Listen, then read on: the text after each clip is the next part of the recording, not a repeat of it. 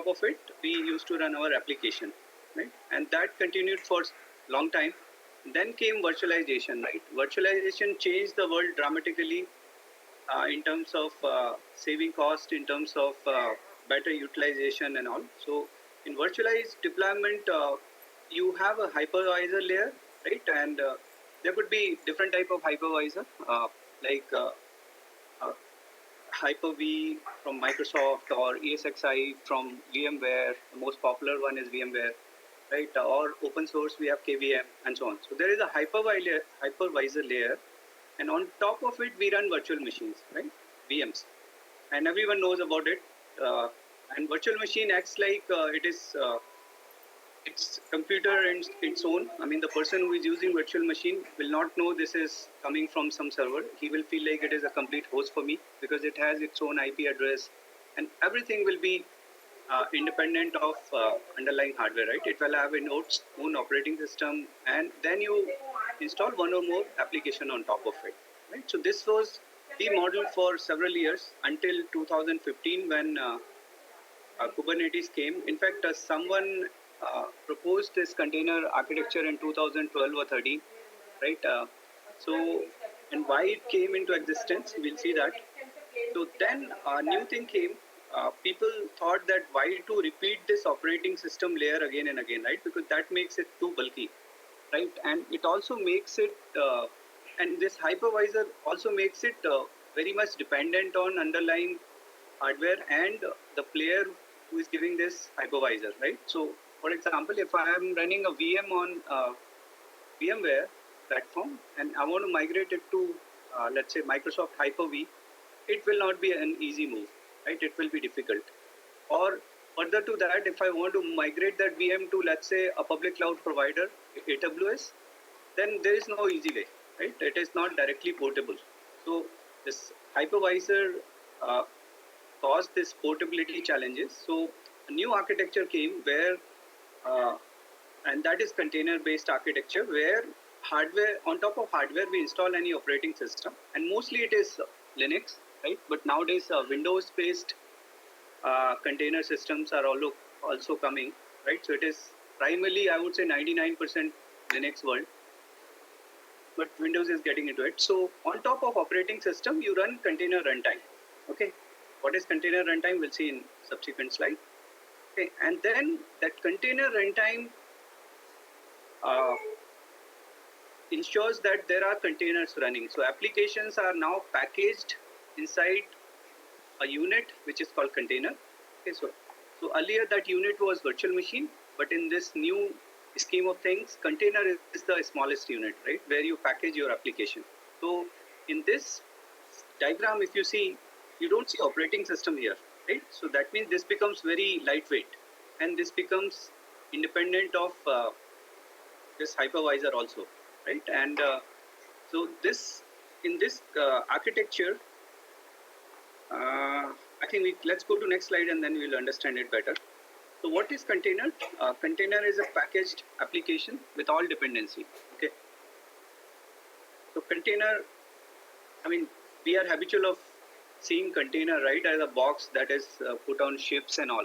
But a lot of terminology from Kubernetes comes from that world. So it definitely makes little bit of sense. But yeah, container is nothing but a platform where you run your application, right? Now it runs on a shared kernel. That means your kernel, which is operating system, is common, right? It is uh, used by all the applications which are running inside the containers.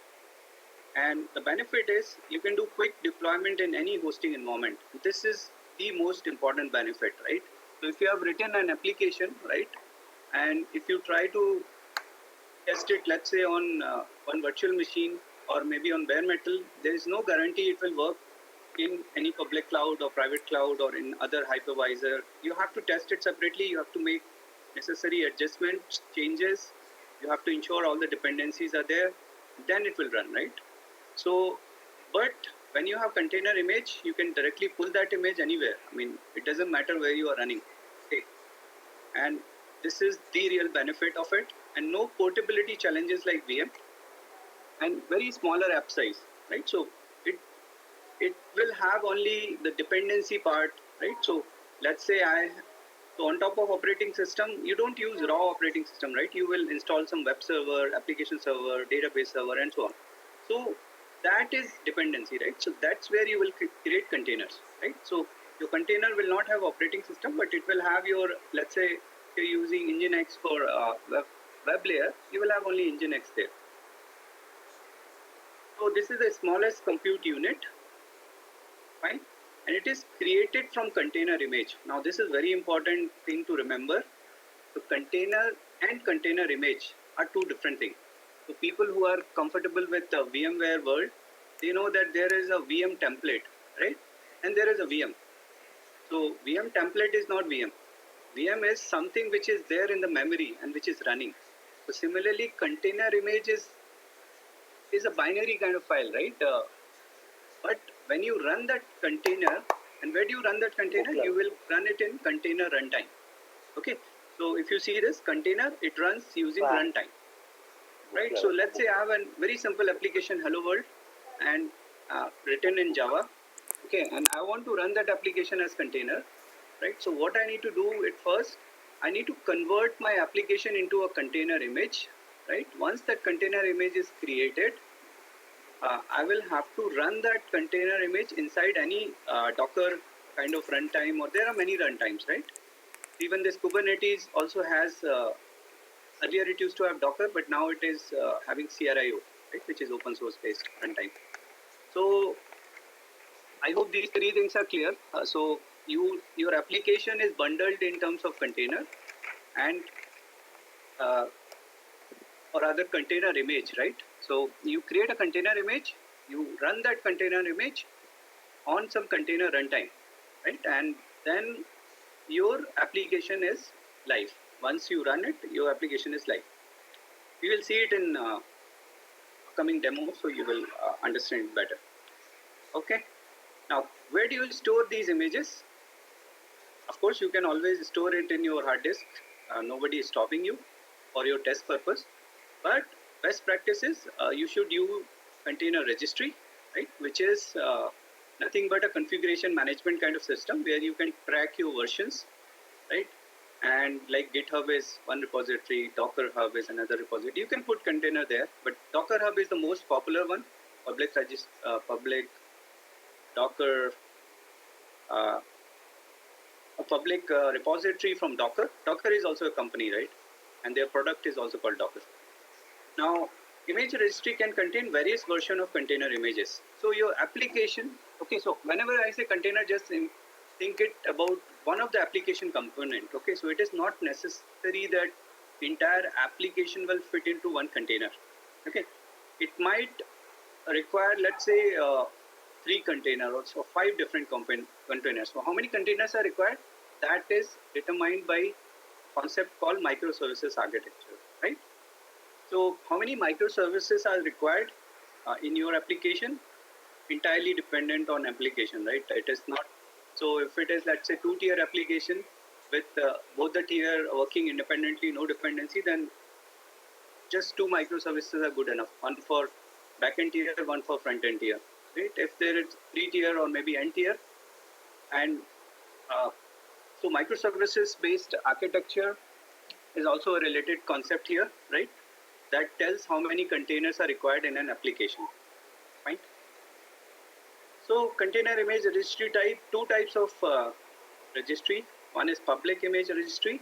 These are publicly available. We can access it in our environment, right? So all these famous, I would say, packages, like if I want to run Redis, I want to run MySQL, I want to run Nginx, I can go get those ready-made registry, get those images from all these public image registries. There are millions of such images. Okay, almost every single software that you use in day-to-day life, they're in container format and certified way in public image registry. So let's quickly see how does Docker Hub looks like. And there are private image registry. Okay, so obviously Docker also provides you private image registry option, but of course Docker is available to all. But this private image registry is something which is present within the solution. So let's say AWS has a thing called ECR, one offering, Elastic Container Registry, and you get this by default in your account. You get one such registry per account, and then you can create as many as repository you want to create, right? And inside that you can have as many version of your application as you want. Okay, so let's see how this Docker Hub looks like. You will be using Docker Hub very frequently, right? So give me a second. I will take question in regular intervals. So if you have any question, you can always put it in chat. Okay, so I have logged into hub.docker.com. You can access this from your Linux also, right? So you have various categories. One is Docker certified, one official images. So let's say Couchbase, Postgres, and so on, right? And there are like 10 million plus downloads. So people are using it day in, day out. Right? BusyBox, very common one, Ubuntu. So, I mean, you can do this exploration whenever you want. But so suppose you are looking for, let's say, Oracle. Okay, I want to see whether Oracle is present. Just a minute, Abhinivesh. Yeah. Can you try and just start recording of this session? Oh, sure. Yeah, because we see some issue in the recording the audio. Just to check it. But it is recording in the local machine. It does not say any recording on cloud. So anyway, I will start. Yeah. Okay, yeah, you can just start it, yeah? Sure, thank you. I will started it. Yeah, thank you. Okay, so let's say I want to search for Oracle container, right, images. So see this Docker certified Oracle Database Enterprise Edition already there, right? And you can just download. Licensing and all comes into picture for such application. So Oracle is giving you Enterprise Edition not for free. You can of course download it from here, but then regular licensing things will apply. Okay. Now you can also search according to various category. Suppose I'm looking for some monitoring related images, like okay. So I think we have Oracle and monitoring. That's why it is not showing. Right. So you have a Splunk. You will have almost everything that you can think of. App Dynamics is there. Okay, so this is how container images in public repository look like. Okay, let's move on. And how do we use it? I will show you in demo. Dockerfile. Now, another concept, because as I said, it is very important to understand container and container world, right? And how to package the application and so on. So there is a concept called Dockerfile. Dockerfile is used for defining a container, right? This is the simplest of all Dockerfile, right? Which has almost just one line that you want to call hello.js using Node program, right? It's a JavaScript that you want to run. You want to expose this application on port 8080. You want all the files to be added. Your working directory, you're setting that from /app, whatever files are there, just add it. Okay, and open this port and have this command. Okay, now Dockerfile can run into hundreds of lines also. Okay, depends like what kind of application you are. So just for simplicity, and there are various options also. There is entry point. There are so many things. Okay, so you can do exploration there. But this is one Dockerfile, and this is first step for your application containerization, right? And next step is to build the image. So 3-step process. 1, you create your Dockerfile. 2, you create your image out of that Dockerfile, run docker build command.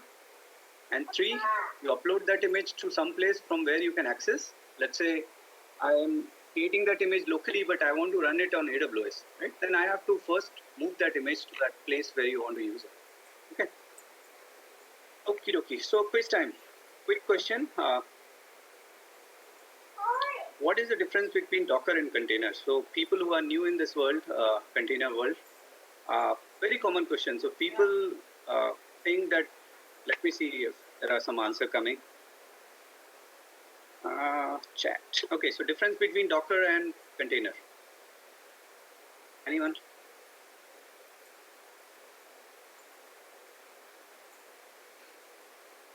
No? I think Docker is. Hello, am I audible? Yeah.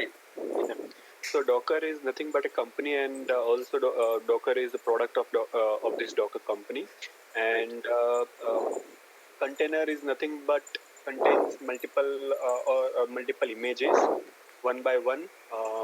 So it means it loads all the dependencies where our whole application or web app will load and run. Right. Okay, so yeah, a lot of correct answer are coming, and you are also right that Docker is a company, but whenever we are referring Docker in Kubernetes or anywhere else, we are always referring to runtime engine that Docker provides, and they call that also Docker. It's like Oracle is a company, Oracle is a product also. So, but when we say Docker, it is runtime, container runtime. So it is a platform on top of which you run container. So container is nothing but an image, right? So image has to come into memory and come with some rules and regulation. That part is taken care by a program called runtime, and Docker is a runtime. So one is container and one is container runtime, right? All right, so we have seen like 15-20 minutes of theory. Let's see some demo. Okay, so here in this demo, first one, what I'm going to do, so I have this you can also do it. I mentioned that as one of the requirement that you need to have AWS account set up. So someone is saying no voice. Are you able to hear me? Hopefully. Yes. Yes, Okay. we are able to hear you. All right. So if you have account and if you are already logged in, let's quickly create one EC2 instance. Okay. Sir बना दिया And that's where we will do हाँ, most sir. of the work. So क्या EC2 बना दिया? instance, खाना बना I'm दिया sure everyone knows how to provision it.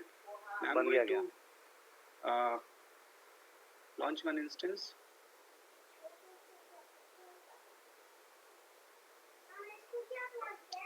Okay.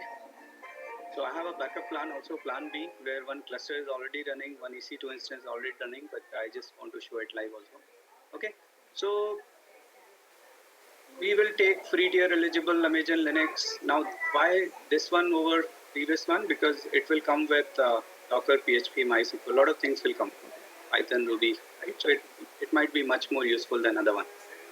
Now, we will just use whatever is the default. It is going to be used for very basic purpose, so it doesn't matter. Okay, so I will simply say launch. And of course, you need a key pair. If you don't have key pair, you can generate one key pair. It will show here, generate a key pair, and it will then populate it here. So I have created it already. And this, you know that, right? You need this key when you are connecting. Instance are now launching. Okay, so it will take maybe 30 seconds to launch that. And once that is launched, we will connect. And let's see what we are going to run. Okay, on that. So we are doing this step, provision new instance. Okay. The very first thing that when you do EC2 instance provisioning is go to root and run this yum update command, because these are images, static images. So it might not have latest version of a lot of things, right? So you do that most of the time. So instance is running, it's just doing status check. Okay. So once that status check is over, and we already have the public IP of the image, right?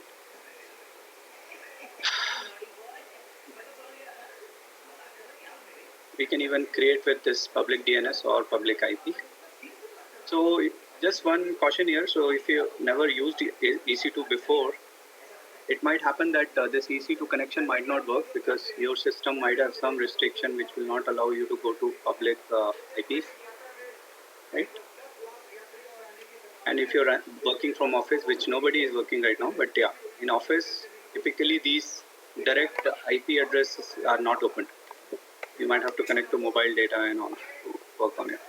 In fact, in my laptop also, when I launch any application, I can't run HTTP and that IP, and I can't run that. So typically I test it by running a curl command, right? curl curl and then give IP address. Okay, so still coming. Anyway, let's quickly see what are we going to do. So the objective here is, let me show the objective so that it is clear. So we are installing Docker. we are writing one simple Hello World program which is taken from Kubernetes website, and then we will containerize that app. How do you convert into container?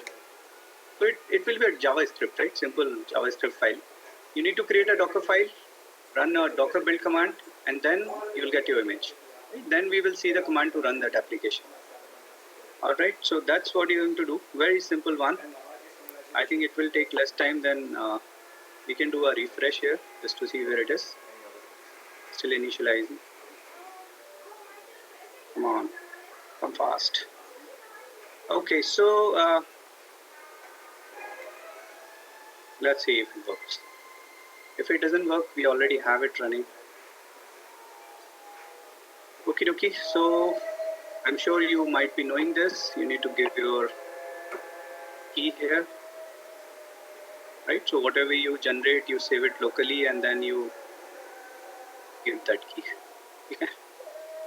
And default username is EC2 user. Hope it works. Still saying initializing, but at least we are able to connect.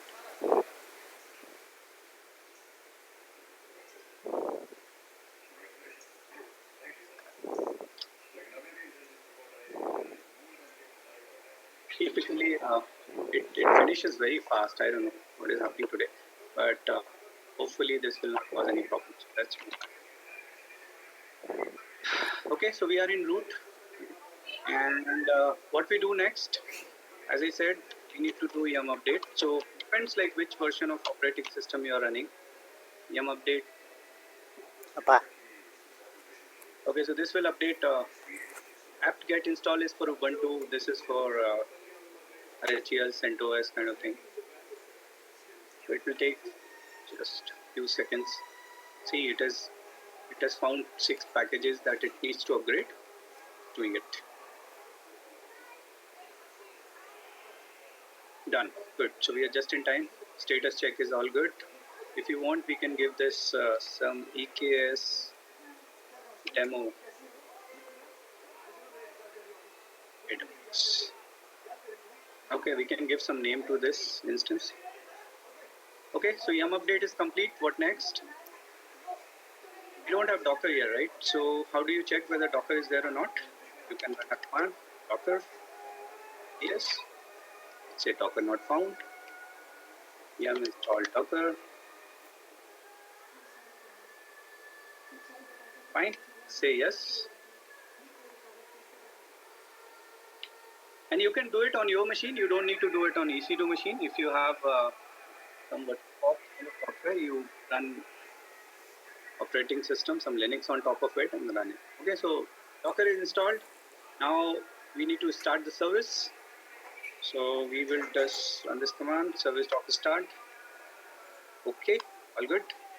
Next, if we run the same command again, Docker PS, it is giving output, but it is not showing any output because there is no container running, right? So this command is checking all the processes that are running inside Docker. Right now we are not running any container.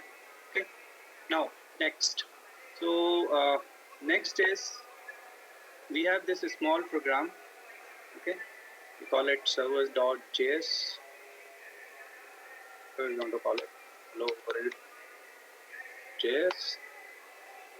So if you are not familiar with Linux, I would say even before learning container, you need to learn essentials of Linux because you can't live without that. None of the cloud provider is automated at this extent where you can just do right click, left click and work. You have to go to command prompt somewhere. Okay, so our script is created. We can validate it. All right, so this is there. Now this script requires Node, right, to run. Right, so we are quickly going to install Node.js. Most of the things in open source world have just 2 or 3 steps to install anything. Okay. One will be one curl command or wget command to download that binary, and second will be extract that tar file, and third will be just migrate the exe to bin folder. Right. I'm just following the documentation. Okay, it is we have checked the status also. It says running Node.js version this. Now with this we can run our program also, right? So we can say node and our program. What is our file name? Hello world.js, right?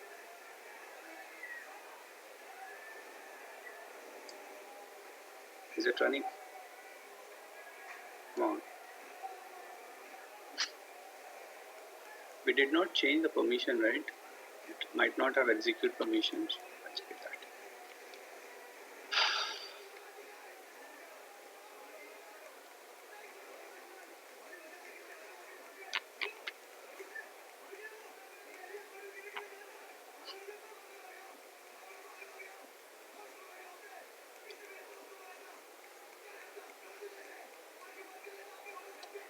Anyone knows Java? Who can tell what is going wrong? Install log. Was there any error in this? Anyway, this step is not required for Docker, but we are just running it to see whether our file is running fine or not. Might be a copy paste error, so let's see. Okay, it looks good.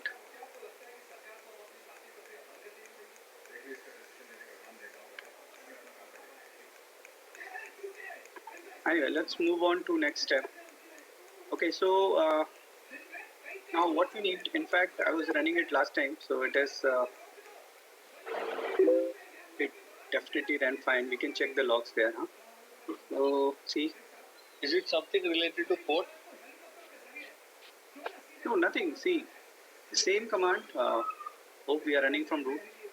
So we run like this. It says node not found. Then we downloaded this, right? We downloaded that today, right? And then next is we just run that sh script, nvm script, then nvm install this, and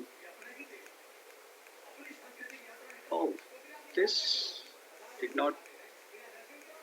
did not run, right? You see, nvm install, yeah, this is also there. Yeah.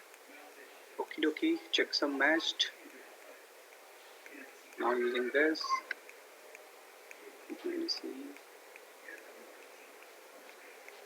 Node hello world.js. Only thing is file name is bigger, right? Nothing else. That should not matter.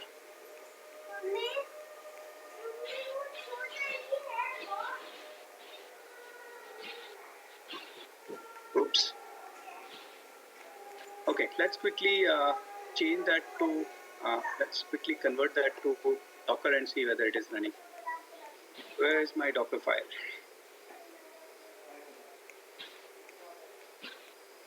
Oh, here is a log. So this is the Docker file.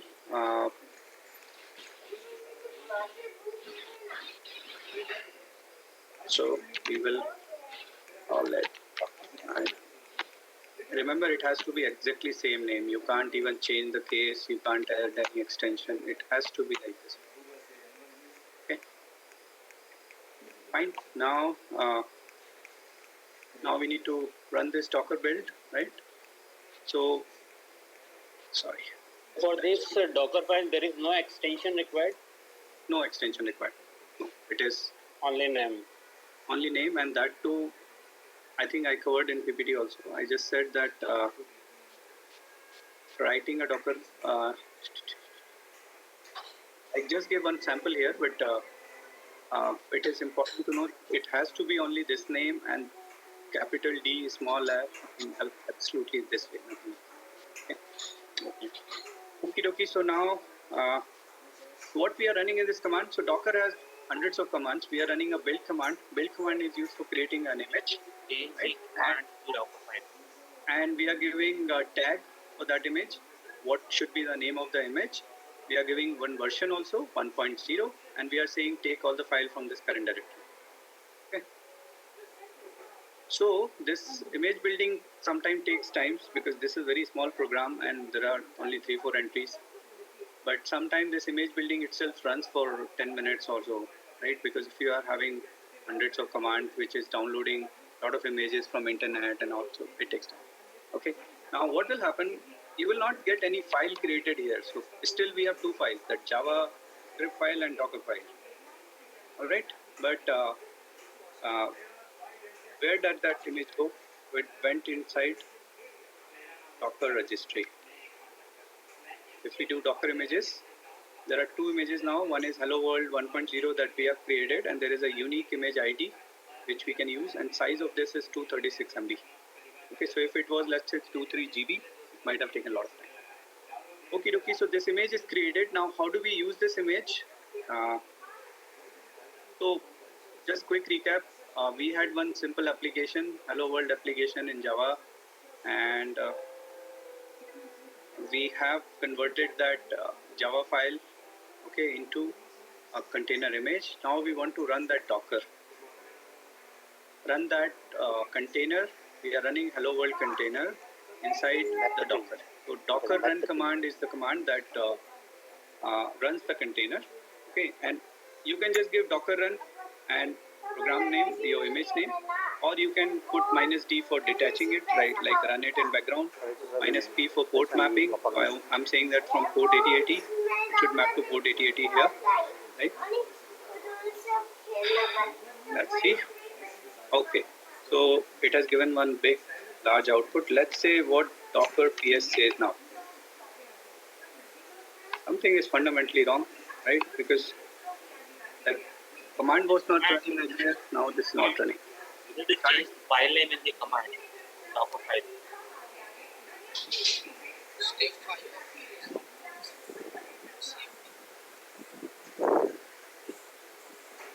Okay, we can try that.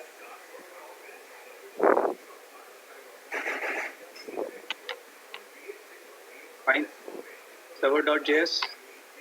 If I run node server.js, that's why you know a little bit of programming. Okay, so we will go to plan B. Okay, so what happens? What should happen? I don't want to waste time because we have 1 more hour left and we have a lot of things to cover. You can try it and troubleshoot and tell me why it is not working. But it should have simply, see, we did this, we got the image created in our Docker PS, but only thing is that Docker image is, when we are doing Docker run, it is not showing this output, right? It is not launching a container. And I mean, you're not seeing this kind of output. If this output was there, you could have launched the application like this, right? Or you can stop the application using Docker stop command. Okay, so that is it. I mean, that's what we wanted to do in lab 1. Now let me do one more thing because this EKS takes a lot of time to start. Okay, so we will launch that and we'll keep on seeing the concepts. Okay. So let's quickly go till EKS. I think it's just 2-3 steps, and then we will launch EKS. It will take 20-25 minutes. Until that time, we can do our work. So now coming back to container orchestration, right? What is container orchestration? So container orchestration word is provisioning, right? Better name for provisioning. Now, whatever I have shown you is very simple example, right? Where just one container and one image and just one run command. That is not real life situation. You will have maybe 10 containers for your application, and there might be hundreds of applications running in container form, hundreds of containers, right? You will not keep creating like this, or you will not keep on deleting like this. And suppose a node fails where your container was running, then what you have to do, you have to again run the Docker run command on other node, right? Or if you have to scale it, again you have to do a lot of commands there. Or self-healing, if some failure occurs in your image, or if you want to do upgrade, rollback, it is all manual, right? So it is not possible to do these things using Docker commands, right? You need one platform which can do this work for you. Now, initially, Docker itself gave that orchestration platform, which is called Docker Swarm, right? And then there was Apache Mesosphere, right? That was another one. These two were ruling the world, right? And then in 2015 came Kubernetes, right? So far, we are not discussing Kubernetes. It has been nearly 40 minutes.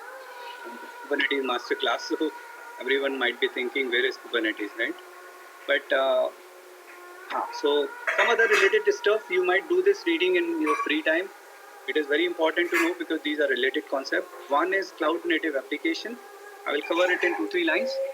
So what is cloud native application versus cloud based application, right? So it is very easy to run your application in as is format in cloud, right? You create one EC2 instance, create your Windows VM, Linux VM, port your application from there to here, right? It will run. But then that architecture is not really using all the features of cloud, right? Of horizontal scalability and a lot of features are there in cloud, right? That features, those features are applicable or enabled when your application is cloud ready or cloud native, right? And how do you make your application cloud native? You follow this 12 factors principles, right? So these 12, if you follow this, your application will become cloud native. And then, like, one of the example of cloud native is the container that we run, right? So it is not necessary that cloud native application has to run in VM based application also, but then you have to follow these things. Okay. And nowadays there is a new concept called Kubernetes native application rather than cloud native. That's a bigger concept, so we'll leave it. You can do some Google. Okay, so why aren't we discussing Kubernetes till now? Because fundamentals matter, right? We need to know, and this is one-time effort. In next Kubernetes masterclass and all, we will build from where we stopped, right? We will not talk about these anymore. This is first and last time. Let's dive into Kubernetes world. So, as I was telling before that initially there were these two players. This is first one is symbol of Mesosphere, right? And next one is Docker Swarm. Last one in this line is Kubernetes. And then Amazon EKS is, and ECS is another offering for container orchestration. All right, so what is Kubernetes? It is an open source container orchestration platform. Very important to know this, it is open source, right? Who started it? Started by Google. So Google was using it for their own purpose. Later they decided, why not give it to world? So when Cloud Native Computing Foundation, CNCF, was formed in 2015, Kubernetes came in that, CNCF. And since then, it is one of the largest projects in CNCF. And it is like Linux of container world, right? It has got that kind of popularity, right? And it is written in Go language. What is the meaning of Kubernetes? It means pilot or helmsman. I mean, the one who is driving the ship and driving the ship full of containers, right? So after all, what we want one orchestrator who can take care of my containers, right? So just visualize it from a big, large ship keeping hundreds of containers on it, and the pilot of this is Kubernetes, right? So this is that symbol. People, since it is very big name, people also call it K8s. K8s is K is first character, S is last character, and there are 8 characters in between. That is how K8s is formed. Now there are K3s also in picture, micro K8s also there. So there are a lot of like miniature version and all. But that is how K8s term was came into existence. It was released in 2015. Currently version 1.18. So they do follow quarterly release, right? So right now latest one is 1.18, but in AWS EKS you will find at least N-2 version, because it's not that easy, right? You can't simply change the version in all these softwares, manage Kubernetes offering. So they take little bit of time. So they are like 1 or 2 version behind. Okay. Kubernetes popularity, I would recommend you go to CNCF website and do some reading. Kubernetes is so popular that there is a huge ecosystem behind that, and this is that ecosystem. So let's say for container registry, you have these many players already in market. QA is one more, which I did not mention, I think. And let's say container runtime, so CRIO, Rocket, Firecracker. I always wonder how these people get these kind of weird name, right? Rocket or Firecracker. I mean, it makes absolutely no sense. Just whoever is developing it, they just give it some name. it is good also, right? We get some fancy names. So cloud native network, so many cloud native network options and so on, right? So many options for your logging, monitoring, right? And some popular one, the successful one, which are called graduated, are shown here. CNCF follows some proper process. I think it might have failed because we started running things when the status check was not complete. I don't know. Anyway, we'll solve it later. Okay, so coming back to Kubernetes popularity and all, let's go back here. I hope this is clear. What is Kubernetes? Open source container orchestration plan. So it's not like Kubernetes is the only one which is required.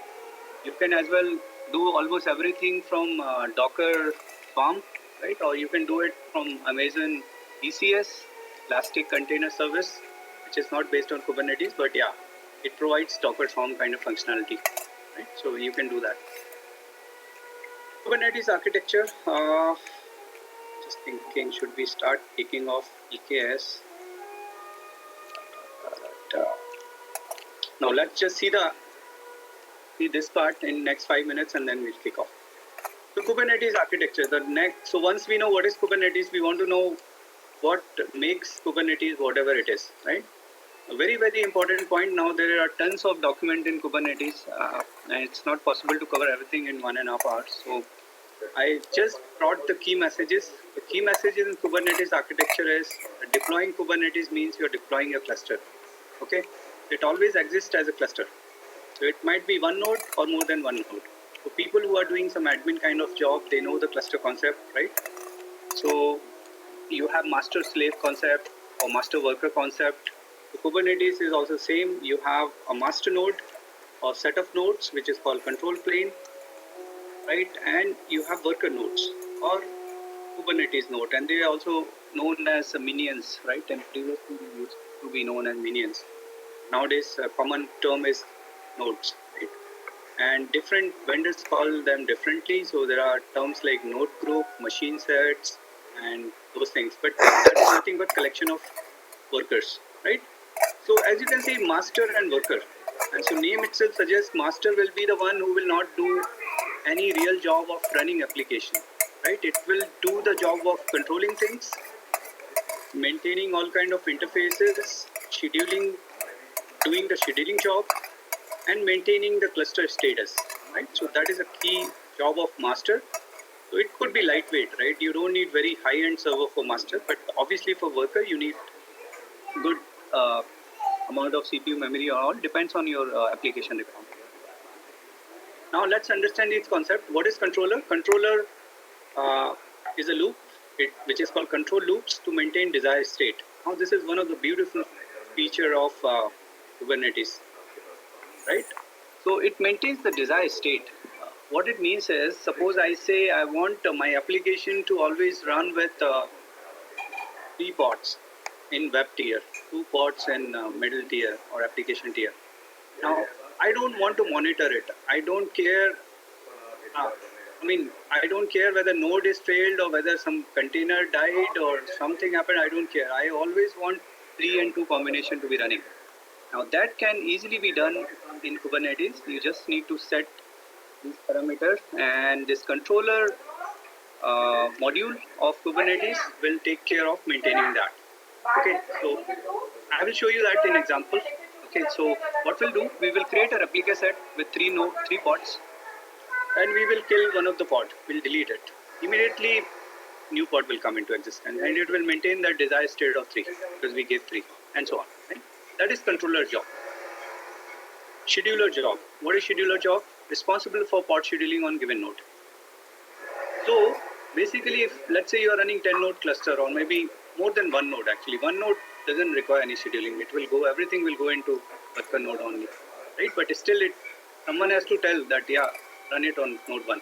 So this guy tells where to run that. So imagine a situation where you have a big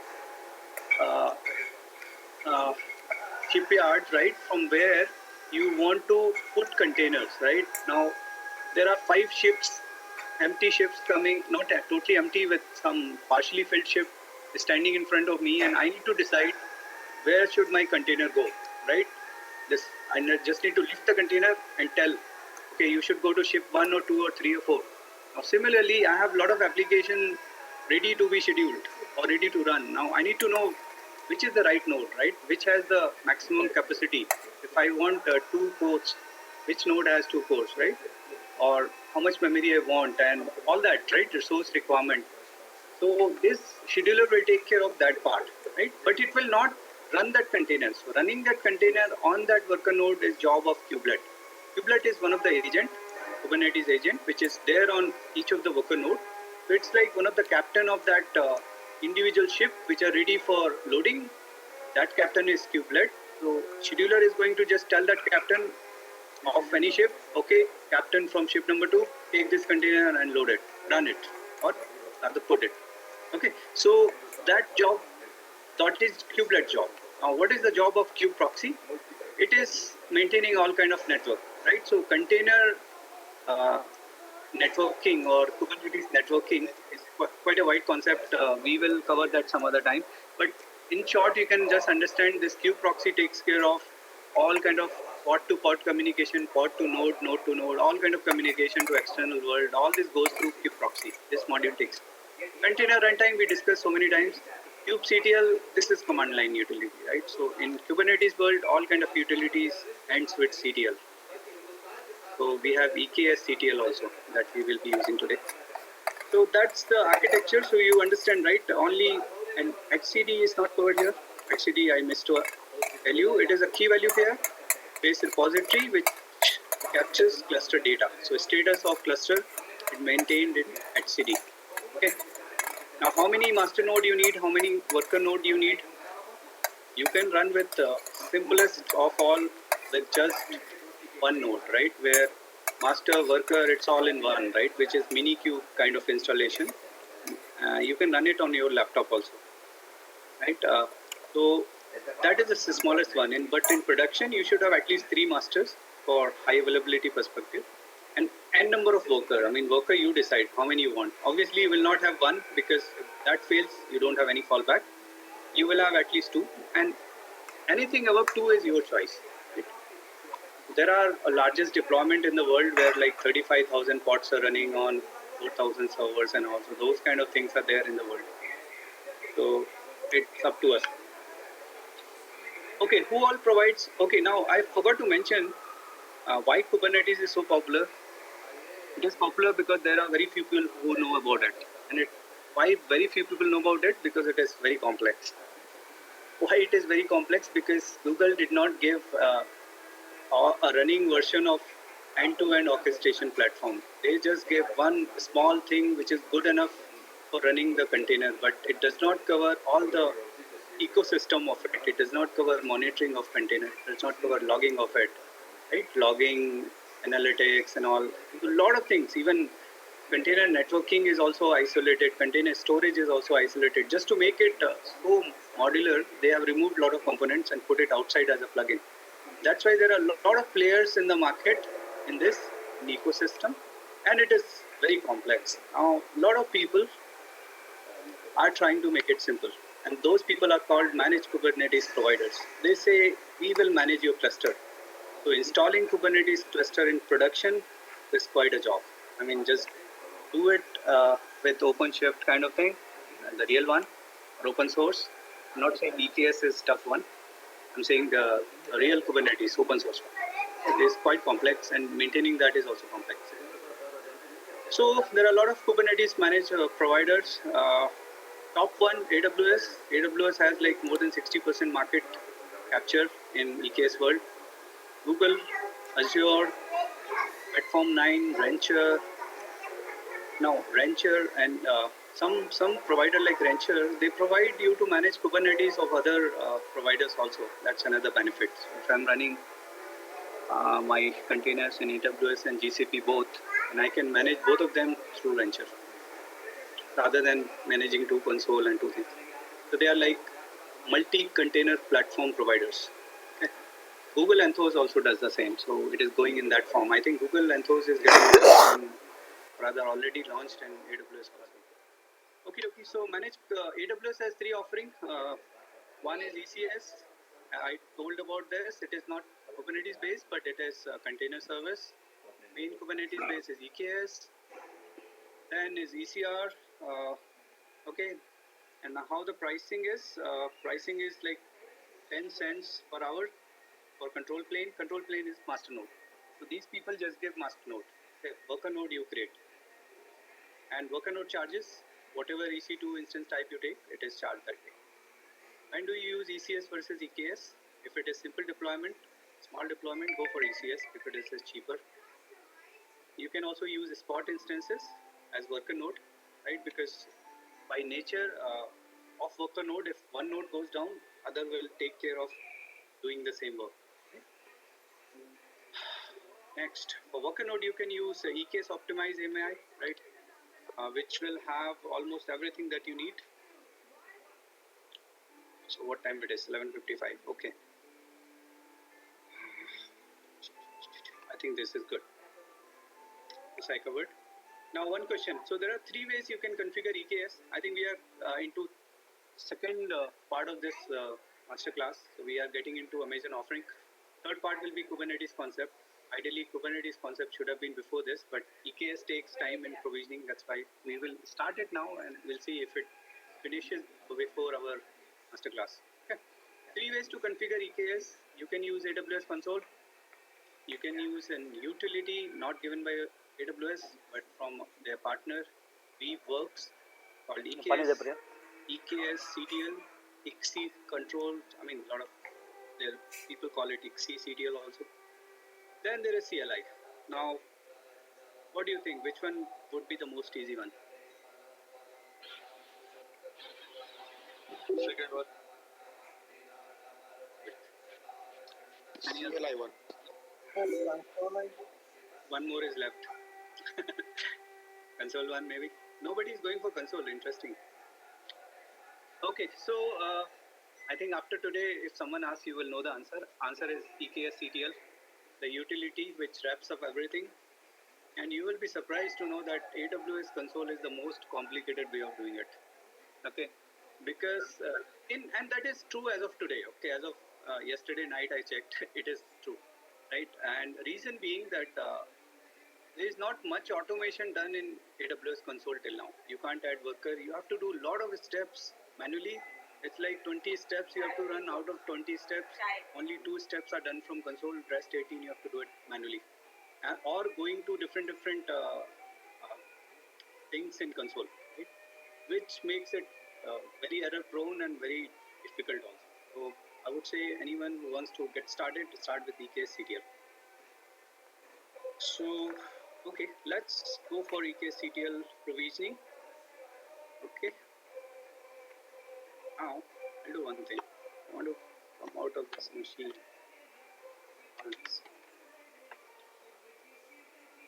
And we'll launch it again. Let's see if that makes any difference.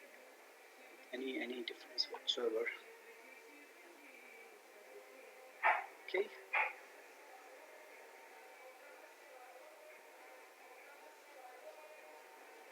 So while I'm connecting, I think it is clear to everyone that these managed service providers have variety of offering, but most of the people who provide master node creation, the cluster creation part. Okay. GCP provides some more options. You can as well deploy application from there, do some monitoring management also. But even AKS offerings are also integrated with CloudWatch. So you can do that. Okay. We need blessings from demo god. Yum update is already done. Okay. So at very high level, let's see how do we set up AWS CTL. Okay. Now I mentioned EKS CTL is simple, and it is simple up to this level. Like you have to run 8 steps. Create an EC2 instance. If you already have any virtual machine of Linux operating system, you don't need this. Connect to jump host. Set your CLI environment. Right. So your AWS CLI environment should be this version. I mentioned the version very specifically because by default it does not go to this version, and your latest Kubernetes version does not work when you don't have right CLI. It is not supported. Similarly for EKS CTL also, we need to use this version. This is the latest, I think, released 3 days ago or 7 days ago, something like that. You need so you need kubectl, right, for operating your cluster. Understood? You need AWS CLI. You need AWS IAM authenticator for authentication with EKS. You need to call EKSCTL create cluster command, and it takes like 15-20 minutes. Good. Somebody asked about comparison. I will tell you that once we launch this. Connect to your cluster using kubectl just to verify that. Okay. So let's quickly start this. So I have copy pasted all the steps here so that we don't waste too much of time. Yum update is anyway already done. So we will simply go ahead with AWS configure.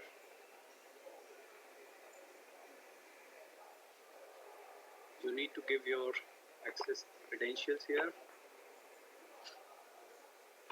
So you download this, right, when you create your user. So I created a EKS user and I downloaded that credential.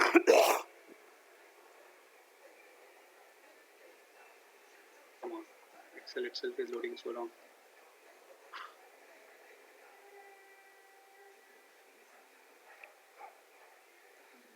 So I'm just finding my access key and my secret access key so that I can dump it here. Hopefully it will come. Here it is. Come on.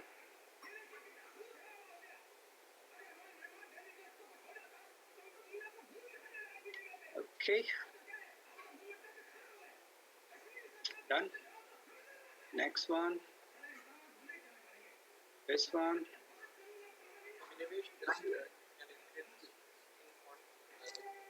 I will increase the font, yeah. That's good suggestion.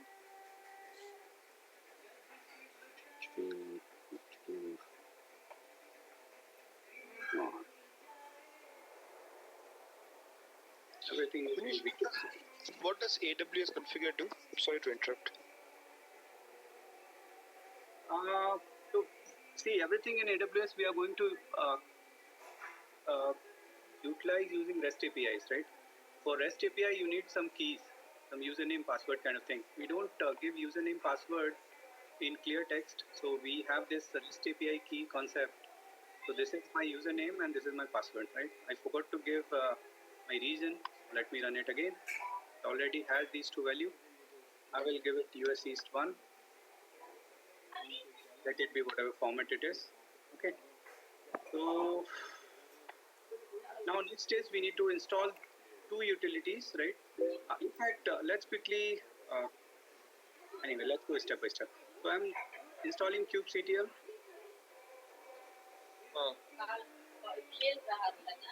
Somebody is not on mute. Can you please go on mute? Yeah. Participant. Okay, so I have downloaded it. I've changed the mode. I am creating a directory and copying it in profile file also. And I'm checking the version of. All right, so we have got kubelet version 1.16. Fine, so this one is done. Now let's check AWS version. So by default, it comes with 1.18, but if you refer to official documentation, this documentation link is here. This one, Amazon EKS user guide, right? It clearly says you need to have this version of EKS CTL and all, right? So I'm just following it. Okay? In prerequisite, right? If you see this, we need 1.1849, right? And here we have 1.1813, not 49, right? So we need minor patch upgrade kind of thing. And how we do that? We do it using this command. Very simple.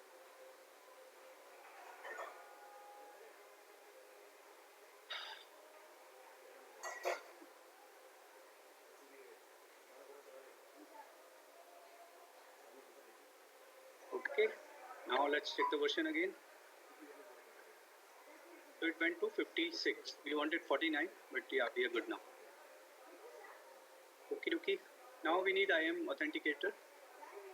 Again, similar command to download it.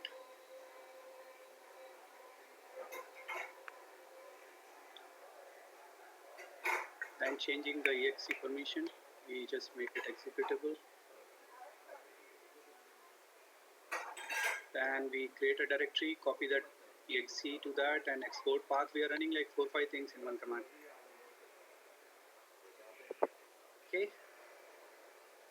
Understood, right? Curl, download, change permission, create directory, put it in profile file so that I don't need to export it again and again.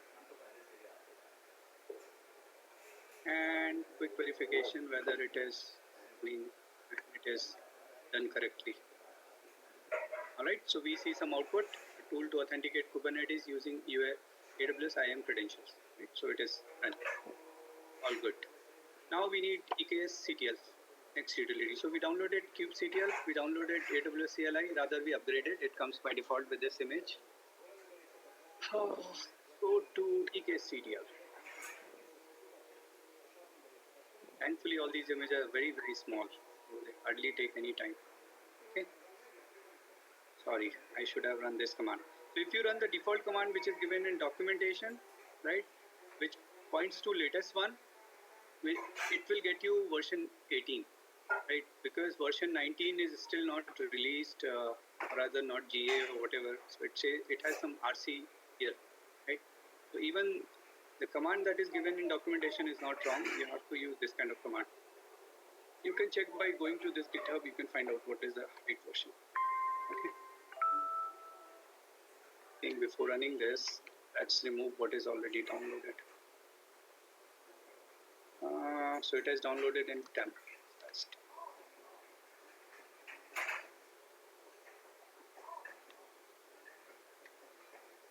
Okay, we'll go back to our root directory.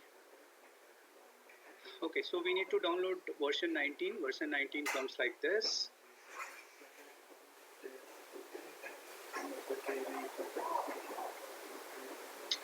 Okay. Next, again, move the exe. So this guy is also extracting it in temp. We are moving from temp to local bin. We don't need sudo, we are in root. Done. Now let's check the version. So that is it. I think this will be the last command. So we are on version 19. Fine. So we are meeting all the prerequisites. So we have got a quick update. We have configured AWS, given our access key, secret access key. We have installed kubectl. We did upgrade of it. We installed this. We installed this. We have this running. Now we need to run create cluster, right?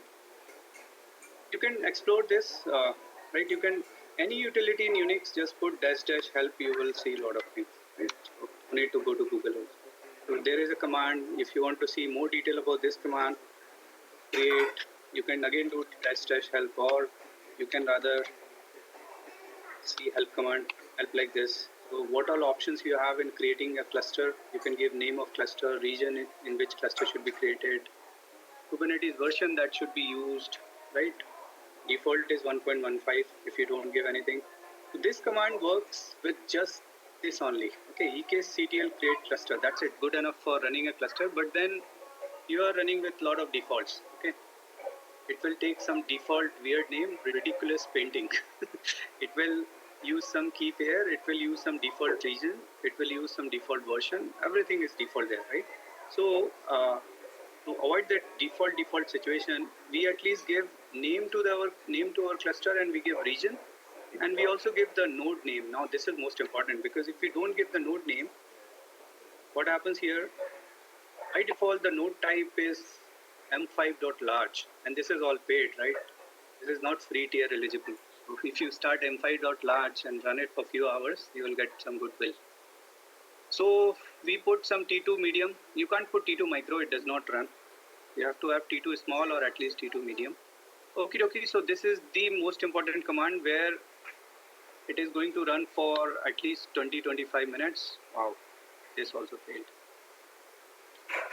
I already have a cluster named AWS UG demo that I created last night. Obviously, it will not work. So demo 1 or demo 2. One was done last night. Okay, so let's run this. Let's quickly read what it is doing. Version is this, using region US East 1 that we gave. It by default picked up two randomly regions, 1A and 1E. Okay, it picked up, rather it has picked up two subnets in these and node group, whatever. So what is happening in background, if you really want to see it, because this screen will not move for next 15-20 minutes. If you want to see what is happening, go to your AWS console and go to EKS. Yeah. Okay. I don't know why a lot of people are joining and leaving. I think they have some connectivity issue or something.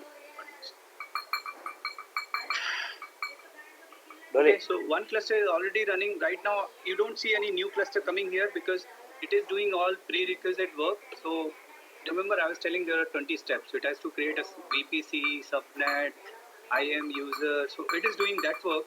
Now, how do we check details of that work? You can check that from CloudFormation because it runs two CloudFormation scripts. And this is open source, so you can as well see the script also. So launch the CloudFormation. This is anyway good for the people. Tell me this is also failing. Pull back in progress.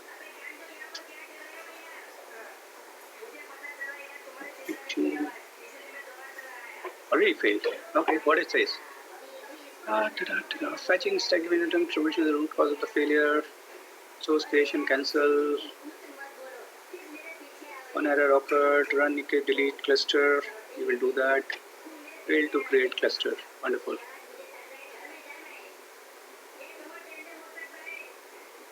Where is the meaningful error here? Creation cancel, creation cancel. Okay, so this is error. Cannot create cluster. This does not currently have sufficient capacity. This is very common error, right? Because it is picking up these two zones which we haven't given, right? So to avoid this kind of error, we can give zone.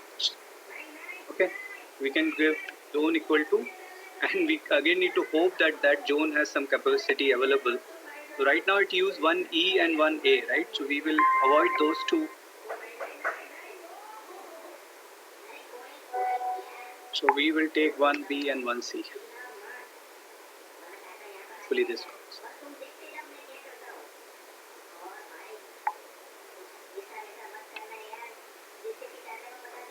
I hope rollback is done.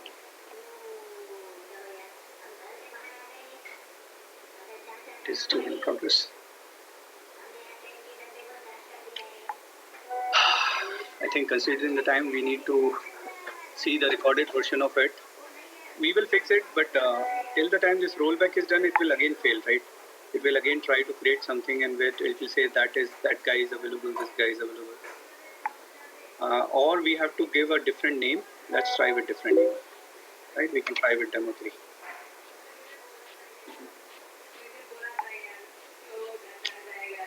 No worries. We will create. We will do this in. Zone is right. What do we call it? Not zone. Zones. Okay. In Kubernetes, all the command works with 3 different ways. This guy is not Kubernetes. Once you get into kubectl, you will realize that you can give pod, you can give pods, you can give short form, singular, plural, everything works. Unlike this, so that is good, and you should get habitual of short forms. Okay, dokie. So I was just telling what happens in this CloudFormation. So it will do a lot of things in parallel. If you have no other things to do, you can keep on watching this. It will create some 80 different resources. Okay, so right now it is doing, it is running master node creation, the control plane. Once it is done, it will create your worker nodes. So the first guy, yesterday night I started at 8:51, and after what 14 minutes it finished. It went into this node group. So 14 minutes is take to do this part, and another 5 minutes for doing this part, 5 to 7 minutes. So it will take like 20-25 minutes. Somebody is not on mute. Please go on mute. Okay, so I was just saying you can check the status from here, and this is how it looks. I can show it from last night run. Okay, so that blue screen will keep on showing. Right now it is deploying this one, building cluster stack, and then it will create provision 2 EC2 nodes, which will work as your worker nodes, and then it will say done, is ready. And when it is ready, when you go to EKS, so if you go to EKS here, you will see it, the cluster as active. So you will see one cluster, demo 1 is already showing active. See, some things are easy. Update is easy here. I can just click and once it is fully provisioned, you will see it will give you endpoints, it will give you cluster authority. All these things are required if you want to create your own kubeconfig file, which is required for connecting to this cluster. In compute, you can see, I don't know why I don't see, but there are 2 compute nodes. They are managed by EKS CTL, that might be the reason, but yeah. If you do it from here, command this console, you will see it. Okay, so this will, our new cluster will become active after it is showing creating, and this will be the status for next 25 minutes. There is absolutely nothing that you can do here. I mean, that is the problem with this current version of EKS. A lot of improvement required. If you go to GCP, you will love it. I mean, there is an option of connecting to the cluster in a browser mode here itself. So you don't need any EC2 and all this drama that we did. You can directly connect from there and you run your things. Okay, so, and then you can monitor your workloads. A lot of things you can do. I'm sure these people will catch up and they will bring these functionality. Google is the one who gave all this, so they are ahead of the curve. Okie dokie, let's, okay. Let me tell you, so once that cluster creation is done, I'll show you live thing. You can run kubectl command because we have already installed kubectl. So kubectl get nodes will show you 2 nodes running. Okay. Interestingly, if you run this in open source Kubernetes, you will also see your master node. But all these managed service offering people don't show master node; they just show worker nodes. There are 3 master running in the backend. Okay. Then you can run this kind of command. It might not make sense now because we did not go through the concepts. But yeah, you can run the commands, you can see what all resources are there, right? And then you can really choose this cluster, right? So that is what EKS is. And I did not show you this EKS CTL thing. It is really nice to see. EKS CTL. Nice website. And especially the logo is very beautiful. See this? Cartoon characters. The simple CLI tool, all the documentation is here, right? This is what is running right now, right? You can run it using YAML file also. You can run that cluster creation using this. That is also allowed. See this wonderful logo. And you have all the things here. I mean, EKS-CTL itself is a quite big thing that you can explore. So we will go back to this. I think we already discussed it. I've already explained this. This also I've shown. Right? This also I've shown. No. Okay, so let's do this way. I think this is a logical end to this. We can spend next 10 minutes in question answer so that whatever doubts you have till now, those are clarified. And in next master class, which will be planned very soon, we will start with Kubernetes concept and we will see all the examples, okay, of these things. And these are just some of the key components. There are many, okay. And we will also see how do we do application deployment in Kubernetes, because we have seen how to do it in Docker. We might as well see how to convert that from Docker to Kubernetes. We might as well see how the application lifecycle events are performed, like how do you upgrade the application, how do you roll back, how do you do everything about that lifecycle part. We can also get into Kubernetes storage, networking, right? These are uh, CSI or CNI, those kind of concepts. Those also we can see in subsequent masterclass. Now let me, we will keep on waiting for this so that I can show you that it really works. Okay, and we will keep monitoring the cloud formation. And you know what, once the cloud formation is done, you will also see 2 new EC2 instances coming here, because by default it takes 2 instances. So right now you see 4 instances. What are those 4? One is jump host. Like, increase this. So this demo, these 2 T2 medium are created from yesterday's cluster, and T2 micro is jump host from today and 1 jump host from yesterday. Since I had to install everything from scratch, I could not use the yesterday one, right? Okie dokie, so you will see your EC2 instances running here. And cloud formation anyway will show what it is doing. So let's keep that cloud formation going. But anyway, no hopes till next 15-20 minutes. So unlike EC2 provisioning, and when you do it in Red Hat OpenShift and all, it runs for more than half an hour. So right now it is saying create in progress. You can keep on refreshing this. Okay, I'll go to chat and let's see all the questions.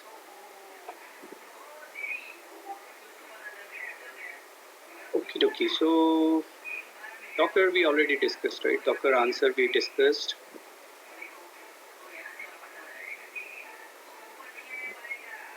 Okay, so there will be recording of this session. It will be shared, right? So someone was giving some help on port 3080. Anyway, I think it's we are late. So I will fix it, and next time I will surely show it. Okie dokie. So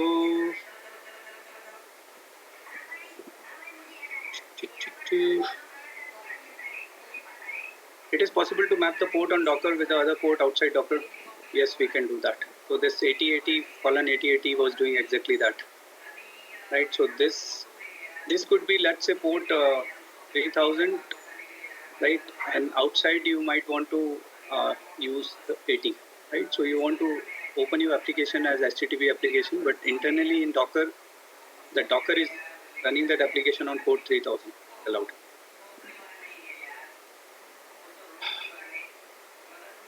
Oh, someone said about not seeing cube. Cube in the sense, I don't know. From management container orchestration platform perspective, maybe. EKS is by default uses 1.16, but you have parameter where you can give 1.16 also. So that is the latest till now. It's 1.16.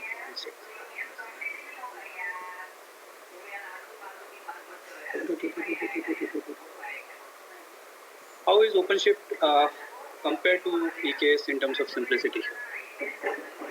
Good. So if you run OpenShift runs in many forms. OpenShift can be executed from public cloud providers like Azure, AWS. There it is running in IPI mode, which is infra provisioned. There are 2 modes, right? IPI and UPI.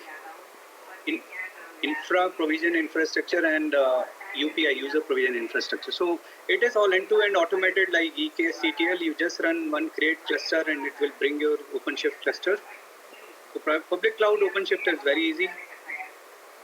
Private cloud or on-premise, especially on bare metal, if you want to run it, it is still not fully automated. I think they are still working on it. Version 4.3 was the latest that I worked. Maybe in 4.4, 4.5 somewhere, UPI will also be automated up to a level, but it is huge. So if you open a document, OpenShift on bare metal, you will find like 50-page document that you have to follow. So right now, but you know, installation part is difficult, but once you go to OpenShift console, it is very easy. So I will, since we are there, I know it is out of scope for this. But for trying Kubernetes concepts, you can also try this link, openshift.com/try. You can also try Katacoda, right? You use this instance access to cluster. Let me put this for a second and go for instance cluster. Okay, start. And there are so many playgrounds. So OpenShift is all Kubernetes based PaaS platform. So it is very, very enhanced version of Kubernetes. So it is entire PaaS platform, right? So you do start scenario and you get this lab for 1 hour. You can run all kind of, that is it. I mean, you are ready. So kubectl does not work there, right? So you run OC there. So you can say OC get nodes. All kind of Kubernetes command you can run. Right? So if you are habitual of, let's say, kubectl, write this, right? And you run kubectl. So this is one. Katacoda is another one where you get this. Third option could be Minikube. Download Minikube on your laptop and run all kind of Kubernetes concept thing you can learn from there. Okay, EKS-CTL will be the last one to try because it is paid option. It is not free, right? And anyway, Kubernetes concept will remain same. It's just the launching part and little bit of management part that you want to learn here. Okay, but it is OpenShift console is very, very simple. Okay, so once you go here, you can as well open console if you want to see, and the username password is given here. You can see how it looks. Okie dokie, let's go to next question of chat. One side we have increased. Oh, there is Ansible based installation and other options are there, but in any case, it is not very simple. I mean, I have done it myself, so I know that. Especially if you're talking about OpenShift version 4 and above, because there is a drastic change between version 3.x and 4. Okay. Security key, don't worry, they will not exist after this session. But yeah, good advice. Usually pass it on data, listing commands.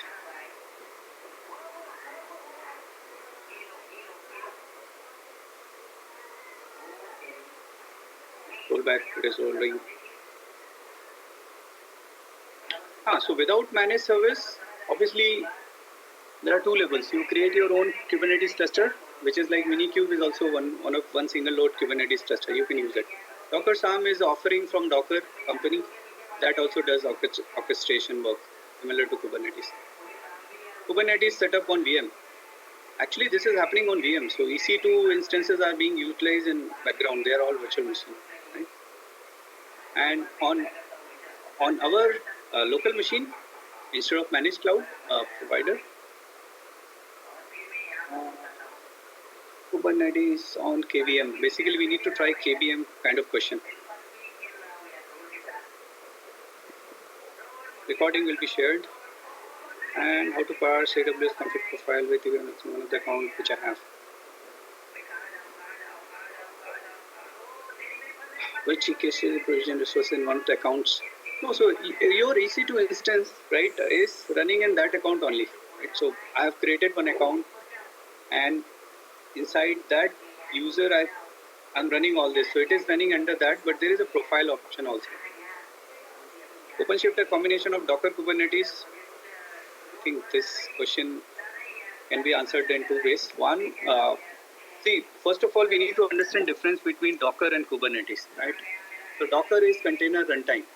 That is it.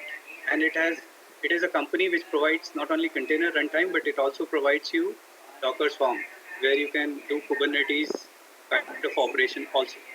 So Docker Swarm is alternative of Kubernetes, one alternative, right? Now, Docker and Kubernetes, so Docker runtime. So earlier version of Kubernetes, see, Kubernetes also requires some runtime, right? Running these containers on worker node and even on master node also. So earlier version of Kubernetes were using Docker, but now they have removed the dependency. Now the new version run on CRIO, which is open source. Container runtime interface -o, open CRIO, people call it CRIO. Next question, have you worked on setting STO, the service mesh thing, and demo that? I haven't worked on that till now, but I'll see if we can cover it in next subsequent class, or maybe as a different session altogether. Okay, how important it is, how much depth a developer should learn Docker Kubernetes? See, in terms of job prospect,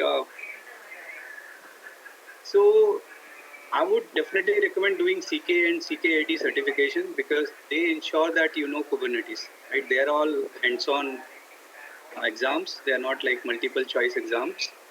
They will definitely help. And there are very few people in the world, like some 10,000 people who are CKA certified. That's it. Okay. And CKAD is a little bit easier, which is for Certified Kubernetes Application Developer and Admin. But if you do admin, AD is simple. It is like subset of it. That is one, but you don't need to be a developer to work in Kubernetes. Okay, developer will do their job. If you're playing admin role or maybe even Kubernetes architect role for senior people, even for playing architect role, you have to do. You have to know these basic concepts, which I am going to cover in next master class. We could not start already 12:30, but we will cover that. Okay, and can we set up entire Kubernetes setup in local Red Hat VM? Of course, you can do Minikube. Okay, so the best place to get all kind of documentation in Kubernetes is Kubernetes website itself. Okay. Go to kubernetes.io and everything that is required for you is here, including tutorials, including downloads, including everything. Okay. So if you go to tutorial, how do you want to run Minikube, right? Which is again a cluster, right? Create a Minikube cluster. It is damn simple. Just run 2 commands and you are done. Just one wget or curl command to get the binary and one change the execution permission. Okay.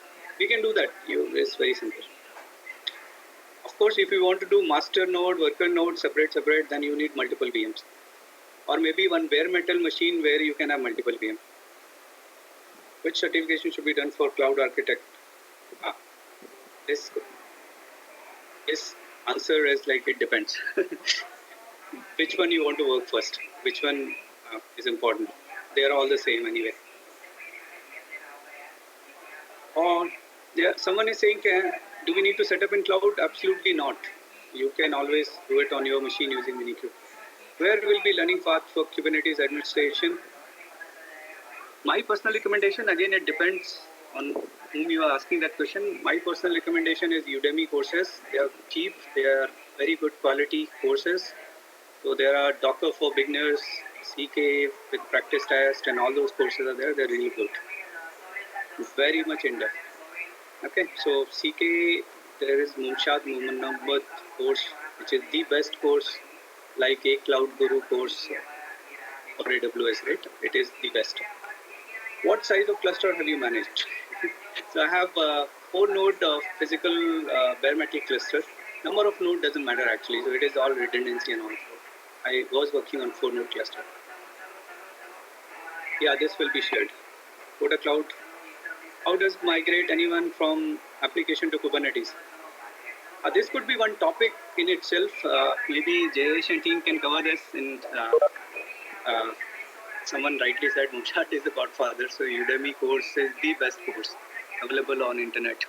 Okay, so how does one migrate application? So basically you are running traditional monolithic application on VMs. You want to migrate that to container.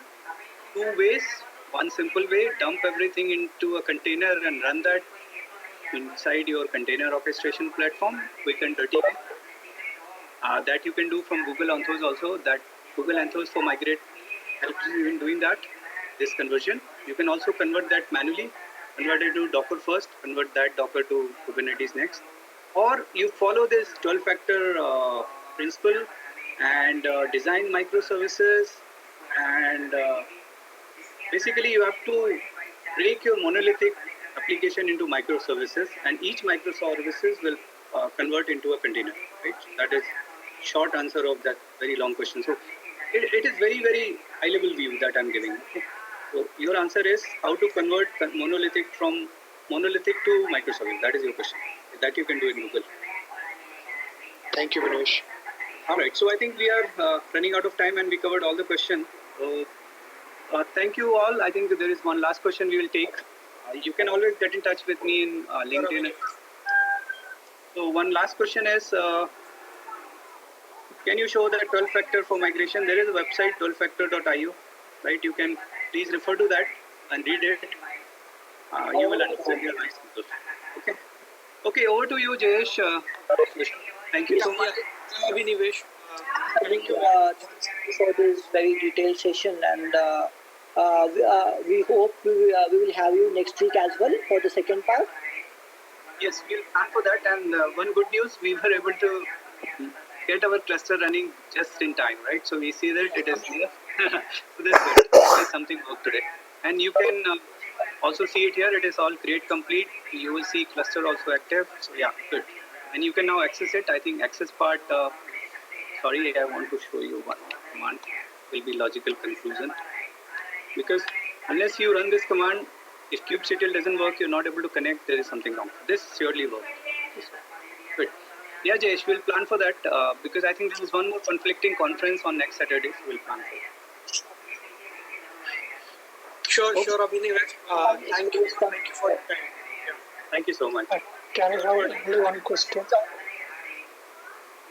Yes, people who want to leave can leave. I think we are done. So yeah, if somebody is asking question, we can take that. News regarding the profile that I asked just a few minutes ago.